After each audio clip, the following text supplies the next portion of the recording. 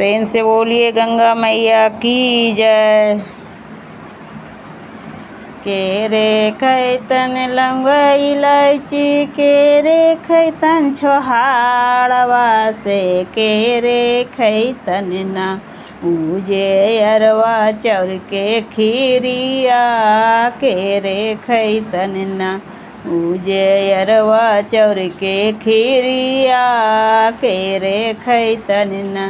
सासुर खैतन लौंग इलायची, ननदो खैतन छोहाड़वा से, गंगा मैया ना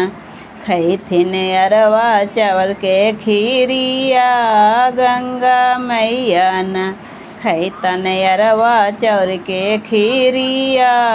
गंगा मैया ना कैसन लगै लौंग इलायची, कैसन लगै छोहाड़वा से, कैसन लगै ना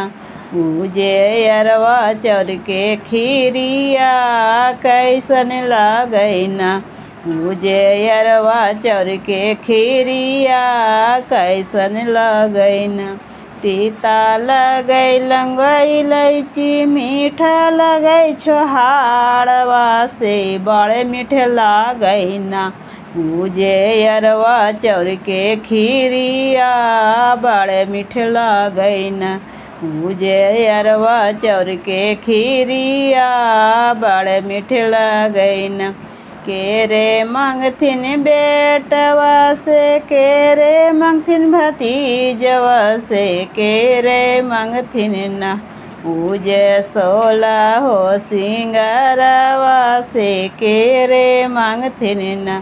सासुर मंगथिन बेटवा, ननदिया मंगथिन भतीजवा से, हमें मंगबै ना उजे सोला हो सिंगारवा से, हमें मंगबै ना उजे सोला हो सिंगारवा से, हमें मंगबै ना केरे खैतन लौंग इलायची, केरे खैतन छोहाड़वा से, केरे खैतन ना उजे अरवा चाउर के खीरिया, केरे खैतन ना। प्रेम से बोलिए गंगा मैया की जय। मेरा वीडियो अच्छा लगा तो चैनल को ज़रूर से ज़रूर सब्सक्राइब कीजिए।